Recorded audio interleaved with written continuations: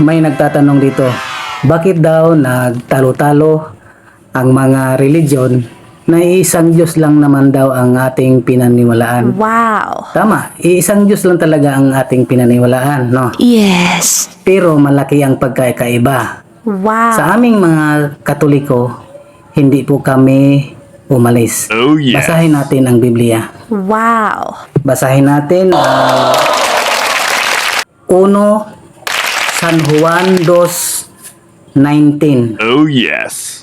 Kahit na sila'y dati nating kasamahan, Okay. ng mga taong iyon ay hindi natin tunay na kasama.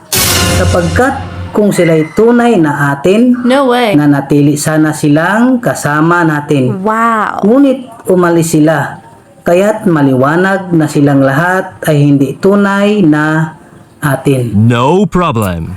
Maliwanag Yes. na kaya tayo ay kaya tayo ay nagtalo-talo, may mga Okay. religion na ibang religion nagtalo-talo na sila daw ang tunay. Wow. Pero malaki po ang pagkakaiba dahil Yes. ang salita ng Diyos ay binago nila. No. Dapat na tayo ay isang pananampalataya lamang Yes. na dapat tayong lahat ay magpupuri Oh, sa yes. ating Panginoong Diyos. Ang nangyari, Yes. kumiwalay sila, nagtayo sila ng sarili nilang simbahan. Yes.